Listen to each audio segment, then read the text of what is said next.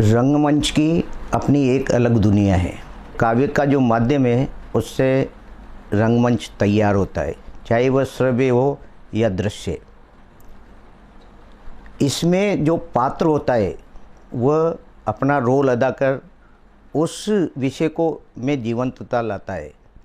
आज हम ऐसी ही शख्सियत से रूबरू आपको कराएंगे स्पेशल गेस्ट कार्यक्रम में, जो ग्रामीण क्षेत्र से आते हैं और मेडिकल व्यवस्था से जुड़े हैं।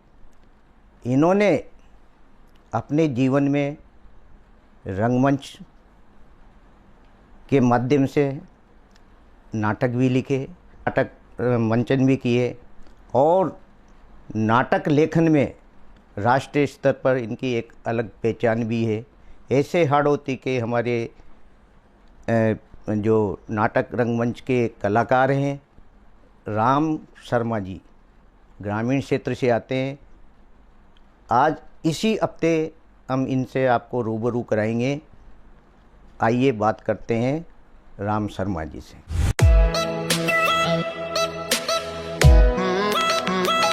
राम शर्मा जी, स्पेशल गेस्ट कार्यक्रम में आपका स्वागत है। बहुत बहुत आभार सर आपका। सबसे पहले तो हमारे दर्शकों को आपके जो जीवन परिचय है उसके बारे में बताएं और साथ ही जो नाटक मंचन है आपका, इसकी प्रेरणा आपको कहाँ से मिली? सबसे पहले तो मैं आपको साधुवाद देता हूँ कि आपने अपने स्टूडियो में मुझे बुलाकर कृतार्थ किया है। आभारी हूँ आपका। और पहला ही प्रश्न आपने प्रारंभिक बिंदुओं को जोड़ने वाला किया है जी। निश्चित रूप से मेरी पृष्ठभूमि ग्रामीण है। बूंदी जिले में एक छोटा सा गांव है श्रीपुरा करके, जी जी, वहाँ मेरी पैदाइश है और कृषि पृष्ठभूमि होने के नाते मैं आम लोग से परिचित हूँ। गाँव की पीड़ा, गांव का दर्द, गांव के सपने, गांव के शहर की तरफ भागना, ये सारी की सारी चीजें मैं जानता हूँ। दरअसल अगर रंगमंच की बात करें तो यही तो रंगमंच है। जीवन के तमाम रंगों को मंच पर लाना ही तो रंगमंच है। बिल्कुल। अब रही बात प्रेरणा की, तो मेरे निजी जीवन में प्रेरणा विद्यार्थी जीवन से आती है जी। मैं जयपुर में अपने नर्सिंग की ट्रेनिंग कर रहा था। वहाँ जवाहर कला केंद्र नाम के एक बहुत बढ़िया नाट्य को आगे बढ़ाने वाली, एनहांस करने वाली संस्था है। उस संस्था में मुझे जुड़ने का अवसर मिला। रविंद्र रंगमंच वहाँ कॉलेज के माध्यम से एक मेरे लिखे हुए नाटक मंचित हुए। विद्यार्थी जीवन था, चूंकि विद्यार्थी जीवन में रोजगार सबसे बड़ी समस्या और चिंता का कारण होता है। मैं रोजगार से जुड़ा और रोजगार से जुड़ने के दौरान नाटक की ये जो मेरी रुचि थी वो खत्म हो गई। बिल्कुल। इसके बाद मैं राजकीय सेवा में आता हूँ। पहले मैं शिक्षक होता हूँ, उसके बाद मैं नर्सिंग ऑफिसर होता हूँ। इसी बीच में मैंने अपने रंगमंच की जो रुचियाँ थी उसे जिंदा किया और कोटा में आने के बाद वो परिवेश वापस जीवित हुआ और मैं रंगमंच के दुनिया से फिर जुड़ता रहा। जी। राम जी, हाड़ौती में ऐसे कई नाटक कलाकार हैं जी, जो वास्तव में जिनकी पहचान मतलब अपने राष्ट्रीय स्तर पर भी, उसमें एक नाम आपका भी है। आपने हाड़ौती क्षेत्र के लिए भी कई नाटक लिखे, मोटिवेशनल, और उन्हें सराहा भी गया। आपने यहाँ कहाँ मंचन किया? जी, बात हाड़ौती की चल रही है सर। और अपने हाड़ौती में इतिहास नाटकों का बहुत पुराना है जी। सबसे पहले हम झालावाड़ जिले में नाटकों की हलचल पाते हैं। बिल्कुल। उसके बाद हम कोटा में हमारे नाटकों का आगमन। आज भी ढाई कड़ी की जो रामायण है, बिल्कुल, वो पाटुंदा और पिबलदा कला क्षेत्र में आज भी खेली जाती है। बिल्कुल। गोविंद राम भट्ट के द्वारा वो जो ढाई कड़ी की रामायण शुरू की गई है वो आज भी खेली जा रही है। उस हाड़ौती क्षेत्र में मैं अपने आप को एक तुच्छ सा कलमकार मानता हूँ, लेकिन मैं अगर अपने छोटे से कार्य को आप तक रखूं तो मैंने कोटा में आने के बाद में सबसे पहले अभिनेता के रूप में काम किया।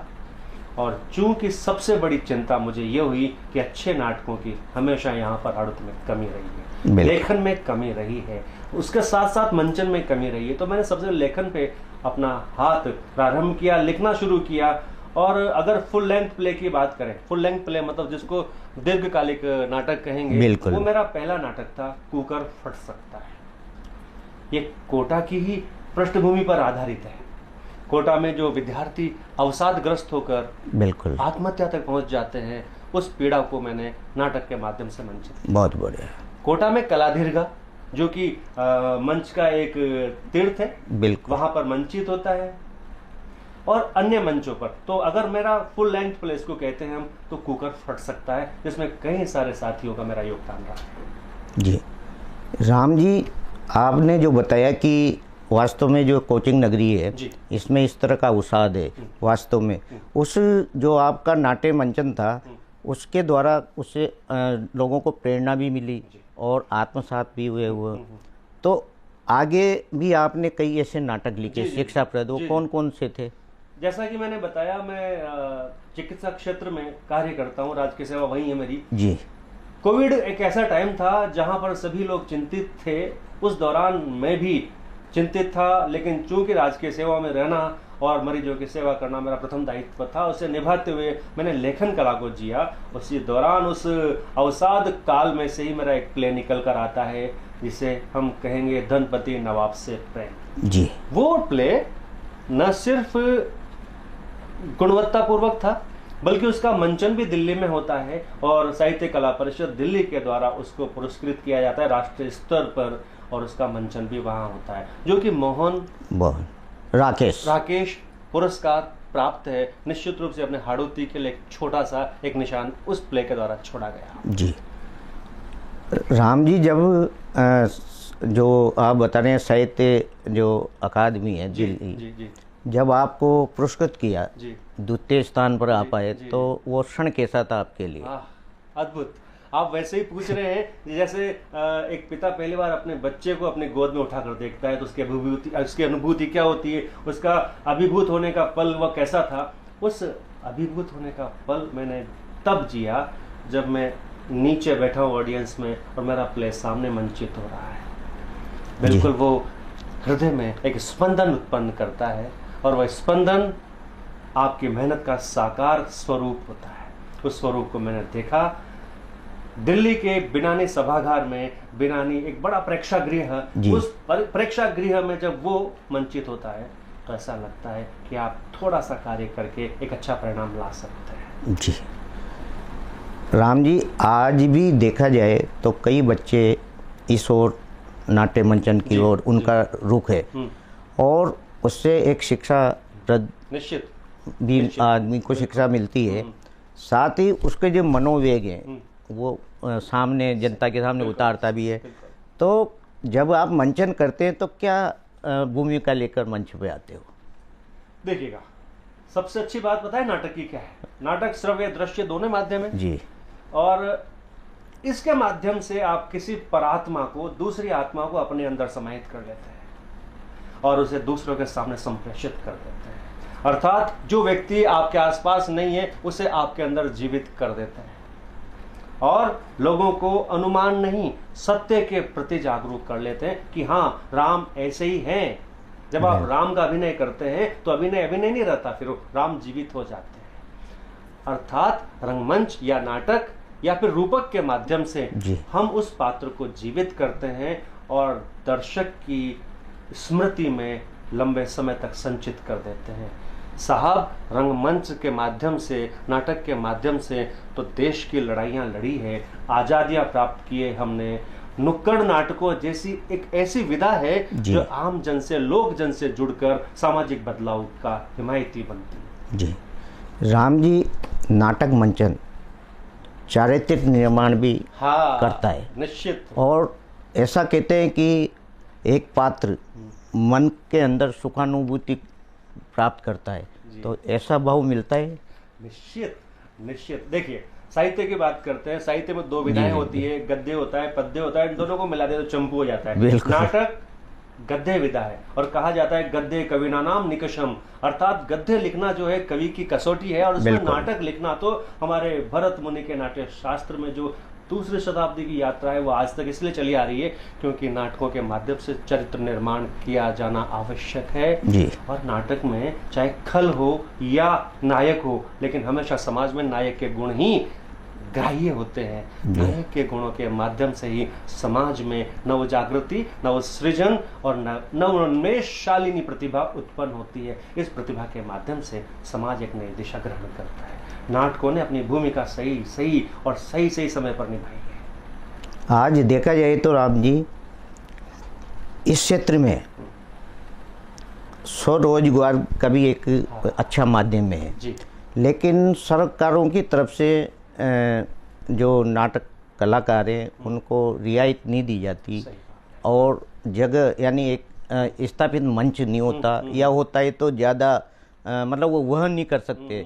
तो आप क्या मांग करना चाहेंगे सरकार से एक नाटक कलाकार के रूप में? आपने दुखती रग पर हाथ रख दिया है। हर नाटककार चाहे लेखक हो या फिर हो अभिनेता जी, वर्तमान संदर्भ में देखें तो अभिनेताओं की भी एक पीड़ा है, लेखकों की भी एक पीड़ा है कि सही जगह उसको मंचित करने की नहीं मिल रही। दूसरी पीड़ा यह है कि ऑडियंस नहीं मिल रही क्योंकि आज के मोबाइल और टीवी ने नाटक को खाना एक आम बात मान लिया है, नाटक का भक्षण कर लिया है आज के इस तकनीकी युग ने। लेकिन हम जैसे और हाड़ौती के अन्य नाटककार आज भी इस जूझ में हैं, इस संघर्ष में हैं कि नाटक का दौर वापस आएगा। रही बात आपके प्रश्न का जवाब देते हुए मुझे खुशी होगी कि राजस्थान में संगीत नाटक अकादमी जोधपुर है, वहां से समय समय पर दिया जाता है सहयोग। लेकिन सरकारों के बदलने, राजनीतिक हस्तक्षेप के कारण और अन्य कारणों के नाटकों में जितनी हेल्प मिलनी चाहिए वो नहीं मिल पा रही। जवाहर कला केंद्र हर साल प्रतियोगिता आयोजित करवाता था, उसकी राशि आज 5,000 रुपए है। अब 5,000 रुपए आज की राशि में क्या है? बिल्कुल। जब मेरा ये धनपति नवाब से प्रेम वहां दिल्ली में जाता है तो वो 60,000 की राशि प्रोत्साहन के रूप में देते हैं जी। उससे आप चाहे तो नाटक खेलें या कुछ और करें। आज राशि का कम होना, प्रोत्साहन राशि का नहीं होना, कहीं ना कहीं एक कारण ये भी है कि नाटक बैकफुट पर है जी। और इस बैकफुट पर आने के बावजूद भी नाटक खेले जा रहे हैं, कोटा में भी बिल्कुल और जयपुर में भी। राजस्थान में नाटकों की दिशा बहुत अच्छी चल रही है और एक दिन दौर आएगा वापस जब आप कहेंगे कि टिकट लेकर हम नाटक देखने जाएंगे जी। आज देखा जाए तो राम जी, कोई भी सरकारी योजनाएं होती है, प्रचार प्रसार का जितना जो पत्र पत्रिकाओं में जितना प्रचार प्रसार का नहीं मिलता उतना नुक्कड़ नाटकों का प्रभाव देखने को मिलता है। और आज कलाकार ये काम बखूबी कर रहे हैं, क्या मानते हैं आप इसमें? देखिए, एक बार कोविड टाइम पर चले अपन जी। कोविड टाइम में सारे कलाकारों के हाथ से काम और जो कौशल था वो सब छिन गया था जी। उसका कारण ये था कि साहब काम नहीं तो पैसा नहीं। लेकिन अगर कलाकारों को नियमित रूप से वेतन या फिर आर्थिक सहयोग दिया जाए तो उनके परिवार का भरण पोषण भी हो और उनको आगे बढ़ने का भी रास्ता मिलता है। हाड़ौती में या विशेष तौर पर कोटा में आज भी लोक धर्मिता निभाई जाती है। सांगोद के नाम बिल्कुल, वो भी तो रंगमंच है। बिल्कुल। उस रंगमंच को प्रेरणा और प्रोत्साहन देने की आवश्यकता है, दे भी रही है सरकार, मैं ये नहीं कह रहा, पर डेफिनेटली वो ऊंट के मुंह में जीरे जैसी है। प्रोत्साहन की सख्त आवश्यकता है। रोजगार है, इस नाटक रूपी जमीन में है रोजगार, परंतु उस पीठ पर मजबूत हाथ होना ही चाहिए। राम जी, जवाहर कला केंद्र जैसे जयपुर में एक बहुत बड़ी संस्था है इस क्षेत्र के लिए, और रविंद्र रंगमंच जैसा एक बहुत बड़ा नाट्यशाला बोल सकते हैं अपन उसको। कोटा या हाड़ौती में इस तरह की सुविधाएं नहीं होने से कलाकारों को कितनी पीड़ा होती है? आपने फिर एक बार दुखती रग पर हाथ रख दिया है साहब। हमारे कोटा में एक स्थान है जिसको हम ऑडिटोरियम कहते हैं जी। उस ऑडिटोरियम में पर्याप्त जगह है, पर्याप्त व्यवस्थाएं हैं, लेकिन रंगमंच के लिए एक दिन भी नहीं दिया जाता जी। जो कि अच्छा, तमाम संघर्ष किया सर हमने जी जी। उस संघर्ष के बावजूद भी हमें वो प्लेटफॉर्म नहीं मिला जो मिलना चाहिए था। बिल्कुल। इन्हीं ऐसे, दूसरी बात, कला दीर्घा एक और जगह है यहाँ पर कोटा में जी। कला दीर्घा में भी मिनिमम है, लेकिन चूंकि उसके रखरखाव में अभी वहाँ पर हाट स्थल शुरू किया गया था बीच में, बिल्कुल। अगर विद्रोह नहीं होता, बात आगे नहीं बढ़ती, तो शायद उसको भी गिराकर प्लेटफॉर्म खत्म कर दिया जाता। कहीं ना कहीं इन कलाओं को जिंदा रखने के लिए जगह तो चाहिए, इसमें राजनीतिक अनुशासन चाहिए, राजनीतिक हाथ चाहिए, क्योंकि उसके बिना कलाएं कभी जिंदा नहीं रहती। और माफी चाहता हूँ कहते हुए जी। कि कलाओं से राजनीति है, राजनीति से कला नहीं कभी है। भी नहीं है साहब, कभी भी नहीं है। जी। राम जी, आपका नाटक लेखन बराबर चल रहा है, जी आगे क्या आप लिखना चाह रहे हैं समाज के जी लिए? जी सर, बिल्कुल दिनेश जी सर। एक छोटी सी टीस जैसा मैंने अभी आपके समक्ष रखी कि लोक नाटकों को प्रोत्साहन मिलना चाहिए, तो मैं अपने लेखन में कुछ लोक नाटकों को शामिल करते हुए बहुत बढ़िया। उन्हें मंचित करने की कोशिश कर रहा हूँ। जी। पिछले दिनों कुछ लोक कथाएं हैं, उनका मैंने नाट्य रूपांतरण किया। अभी मैं उस प्रोसेस में हूँ कि जो पुरानी लोक कथाएं हैं उनको नाट्य रूपांतरित की जाए, और न सिर्फ रूपांतरित की जाए बल्कि उनको मंचित भी किया जाए, ताकि आने वाली पीढ़ी को उस गौरव का पता चल सके कि हम कैसे जिया करते थे। ऐसे तो नहीं कि हम बंद कमरों में ऐसे रूम में बैठकर सिर्फ किताबें एक तरफ अलमारी में रखकर जिया करते हैं और रिमोट के सहारे जिंदगी चलाया करते हैं। ऐसे तो जिंदगी हमने नहीं, हमने जिंदगी जी है गाँव में, ढाणियों में, पेड़ के नीचे, नदी किनारे, ये सब प्राकृतिक शरण में हमने जिंदगी जी है। आने वाली पीढ़ी इससे वंचित रहने वाली है अगर हम वापस लौटे नहीं लोक में। जी। राम जी, पहले देखा जाता था गाँवों में, जैसे हरिश्चंद्र का नाटक, हाँ, और भी कई ऐसे मोरध्वज नाटक, बिल्कुल सही कहा। ऐसे नाटकों का मंचन होता था और पूरे गांव के गांव उस मंचन को देखने आते थे, और उस मंचन से प्रेरणा लेकर वह अपने अंदर आत्मसात करते थे और एक सही जीने की राह मिलती थी। तो क्या वास्तव में ऐसा होता था? आप एक नाटककार हैं। बिल्कुल, थोड़ा सा इतिहास में चलते हैं। जी। दरअसल हमारे हाड़ौती में झालावाड़ एक ऐसी जगह है जहाँ से नाटक का बीजारोपण होता है। जहाँ नाट्यशाला है। वही मैं आना चाह रहा था। भवानी सिंह जी, 20वीं शताब्दी की बात चल रही है। जी जी। उस समय भवानी सिंह जी ने शेक्सपियर ड्रामेटिक सोसाइटी का निर्माण किया, बिल्कुल। और उस सोसाइटी के तहत मैकबेथ और अन्य शेक्सपियर के जितने नाटक हैं उनको अनुदित किया। बहुत। उस परंपरा में मैं जोड़ना चाहूंगा जी। कि उनके सुपुत्र युवराज, जो सुधाकर नाम से लिखा करते थे, वो यूरोप में पढ़ा करते थे। जी। यूरोप से नाट्य शैलियों को, मैकबेथ का एक पात्र है, उन्हें क्या पात्र जिया था, इतिहास में वो अमर कर दिया। जी। आज भी अगर उस सुधाकर नाम के युवराज को याद किया जाता है तो उस पात्र के नाम पर याद किया जाता है। तो यूरोप में पढ़ने के दौरान वहां की शैली वो लेकर आए, और इन्होंने राजेंद्र सिंह, सुधाकर नाम के जो जी युवराज जी। थे, राजेंद्र सिंह जी। जी हाँ, तो उन्होंने भवानी नाट्यशाला का निर्माण किया। भवानी नाट्यशाला में 32 झरोखे हैं, और जिसमें 500 व्यक्ति दर्शकों के तौर पर बैठ सकते। बिल्कुल बिल्कुल सही कह रहे हैं आप।